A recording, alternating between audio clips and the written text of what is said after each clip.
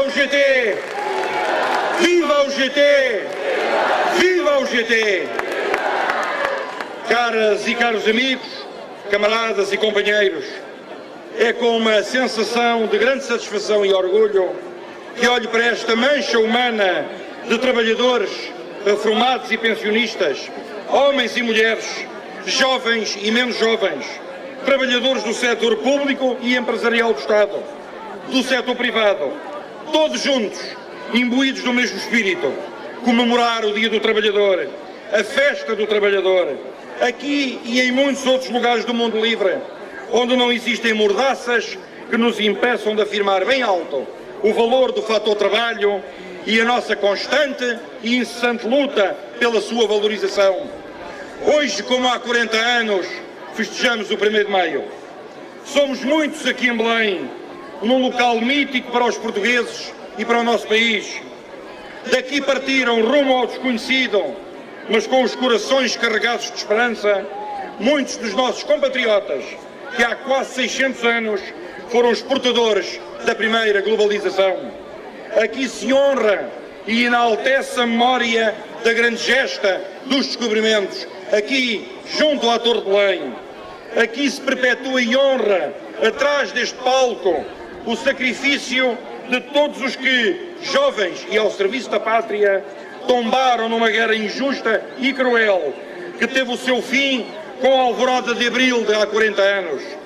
Somos daqueles que enaltecem o movimento dos capitães de abril e o seu contributo inestimável para que a democracia e a liberdade fossem hoje um património cotidiano de todos, mas sobretudo das novas gerações. Quando no dia 24 de abril homenageámos em Santarém a figura de Salgueiro Maia com a presença da sua mulher, cumprimos o nosso dever patriótico de não deixar morrer a memória. E a memória do passado, a sua constante lembrança, é o melhor e mais fiável testemunho que temos o dever de transmitir aos mais jovens, aos que nasceram depois de abril, aos miúdos e miúdas que estão aqui da Agostinho Roseta, a todos eles e a todas elas. Ainda há dias, alguém escrevia num jornal que nada devemos aos militares de abril, nada de mais errado e de mais injusto. Desse escriba não rezará a história, mas dos militares de abril ficará sempre entre nós a eterna gratidão de quem libertou Portugal de um obscurantismo de 48 anos. 48 anos de partido único, de clandestinidade, de obscurantismo, de repressão e totalitarismo, de tortura, perseguição, desterro, exílio e assassínio. Mas como se vê e lê, nunca é demais relembrar abril. O saudosismo é perigoso e até tenebroso. A consolidação da democracia só estará garantida quando o povo estiver atento na luta e na defesa dos seus direitos. Muitas das expectativas de abril não estão cumpridas. Há 40 anos não julgávamos possível que outro tipo de ditadura se abatesse sobre nós. Uma ditadura sem rosto, mas com um poder incomensurável e sem fronteiras. Sem rosto e sem voz, mas com um nome que assusta e entontece: os mercados financeiros especulativos e globais. E quando as democracias como a nossa se deixam maniatar, enredar, dominar, submeter por estas entidades suprapassionais, ultraliberais, onde as pessoas estão em último lugar, cabe a todos e a cada um de nós, sindicalistas, livres, democratas, humanistas, ser a voz, o rosto e a força lutadora que garante aos direitos a uma vida digna, a um emprego com direitos, a um salário justo, a uma pensão de vida por uma vida de trabalho. Uma central sindical criada num ambiente de grande conflitualidade social, num grito de insubmissão a um novo totalitarismo surgido depois de abril de 74, chamado unicidade sindical, só pode afirmar-se hoje orgulhosa do seu caminho e do seu passado. Sim, a UGT está orgulhosa do seu caminho e do seu passado, livre, divergente, democrática, plural, mas unida e coesa.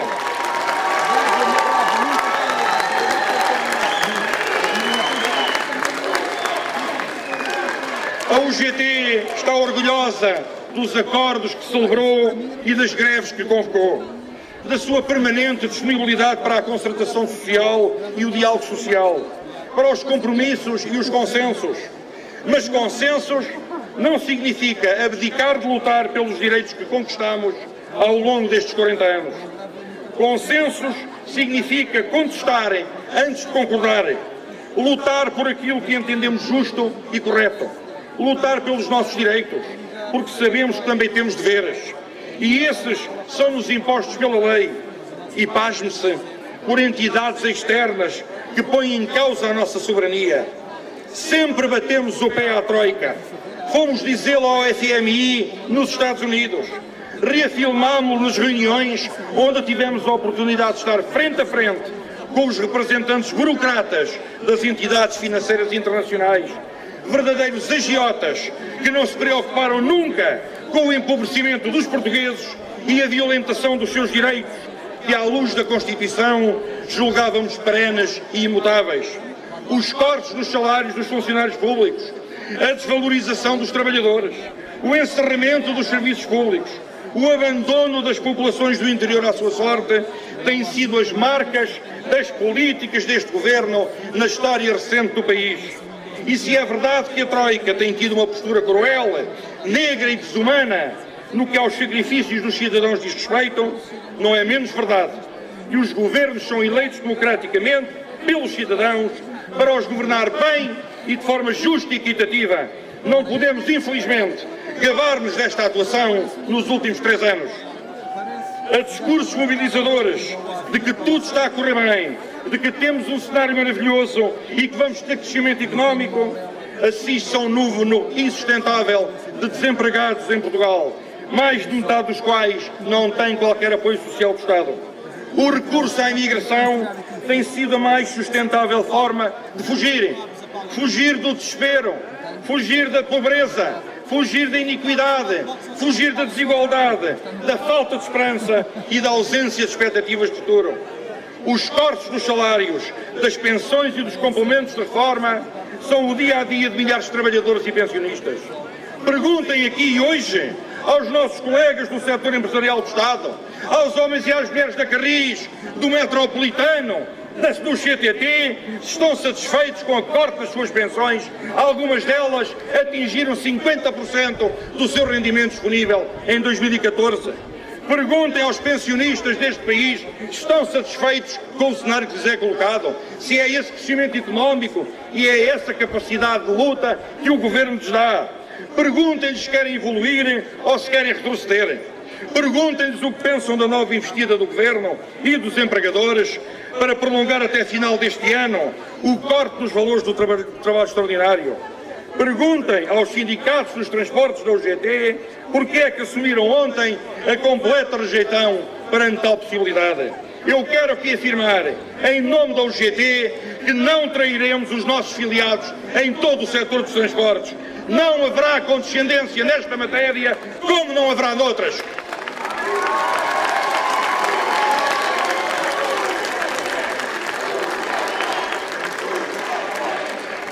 Caras e caros amigos, foi a nossa determinação que ajudou ao retrocesso do Governo na sua intenção de reduzir as indenizações por desviamento ilícito. Será a nossa determinação que poderá conduzir ao aumento do salário mínimo nacional após as eleições para o Parlamento Europeu de 25 de maio e ao deslocamento da negociação coletiva. Este será um ato social e justo, mais do que merecido para aqueles que menor rendimento dispõem. Mas ficámos ontem estupefactos com a apresentação da estratégia orçamental proposta pelo Governo.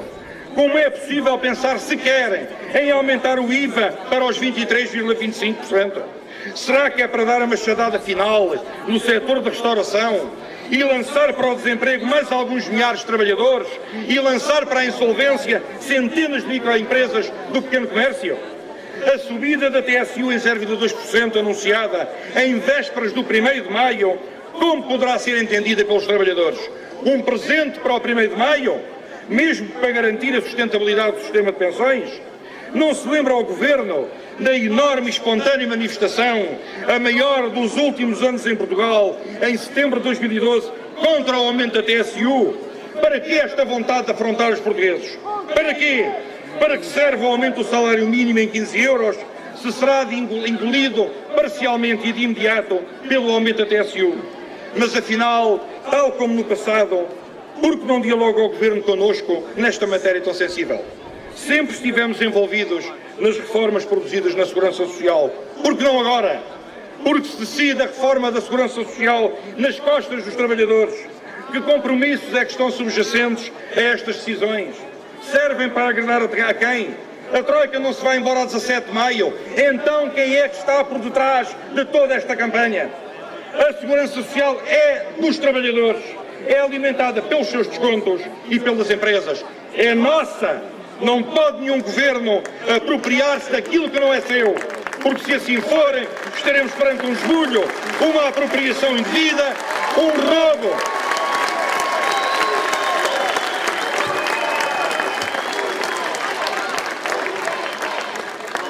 A substituição da contribuição extraordinária de solidariedade por uma contribuição de sustentabilidade para as pensões acima dos 1000 euros não é uma questão de semântica, mantendo tudo na mesma e mudando apenas de nome.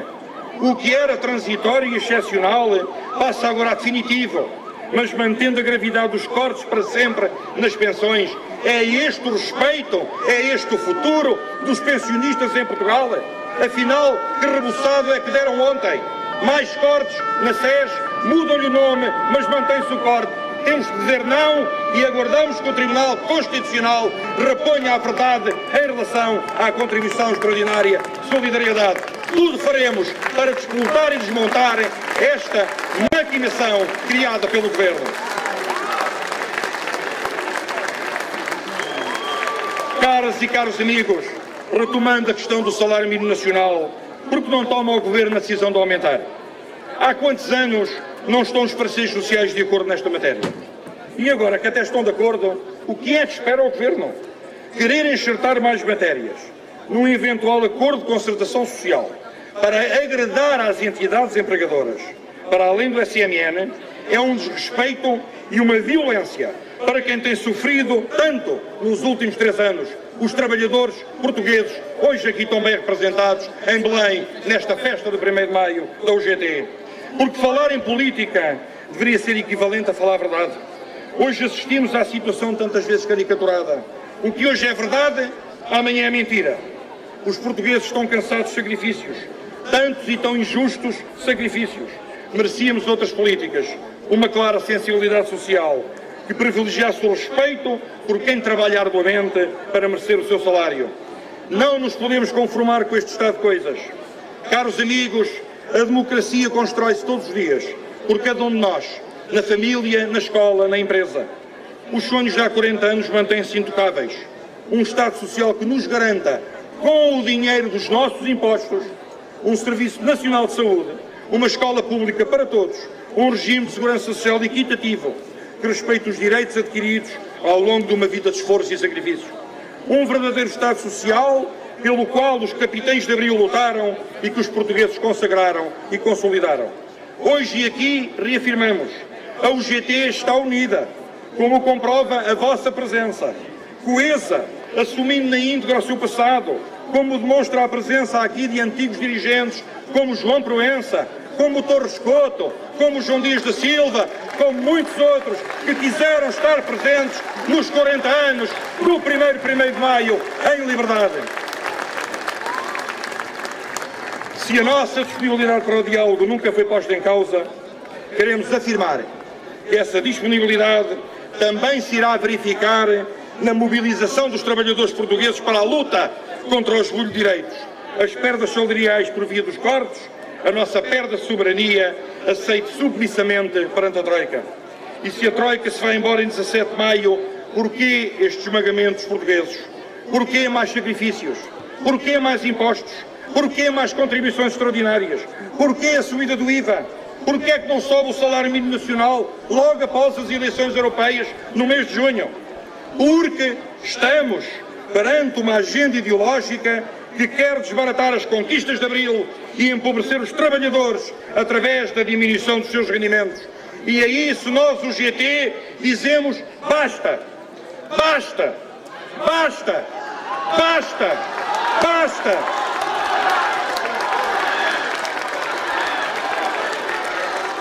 É preciso resistir, é preciso estarmos unidos, é preciso que Abril floresça. Não deixaremos morrer Abril nem Maio, porque a nossa força é a força do sindicalismo livre, responsável e lutador. Porque somos o GT, porque exigimos novas políticas para Portugal e para a Europa. E é por isso que hoje, neste 1º de maio de 2014, 40 anos depois da conquista da nossa liberdade, deixamos um forte apelo aos portugueses: não se demitam das vossas responsabilidades. As mudanças políticas só podem ser conseguidas mediante a exigência do povo. E essa exigência traduz-se numa coisa que a democracia nos deu: o voto. Votem no dia 25 de maio. Votem na eleição dos nossos representantes ao Parlamento Europeu. É na Europa que se tomam as decisões. É lá que devemos estar e é lá que queremos estar. Mas ser europeu e manter a nossa soberania só pode ser conseguido com homens e mulheres que não ponham os interesses financeiros acima dos direitos dos cidadãos. Custo o que custarem, havemos de vencer. Custo o que custarem, os trabalhadores vencerão. Vivam os trabalhadores portugueses! Viva o 25 de Abril! Viva o 1º de Maio! Viva o GT! Viva Portugal!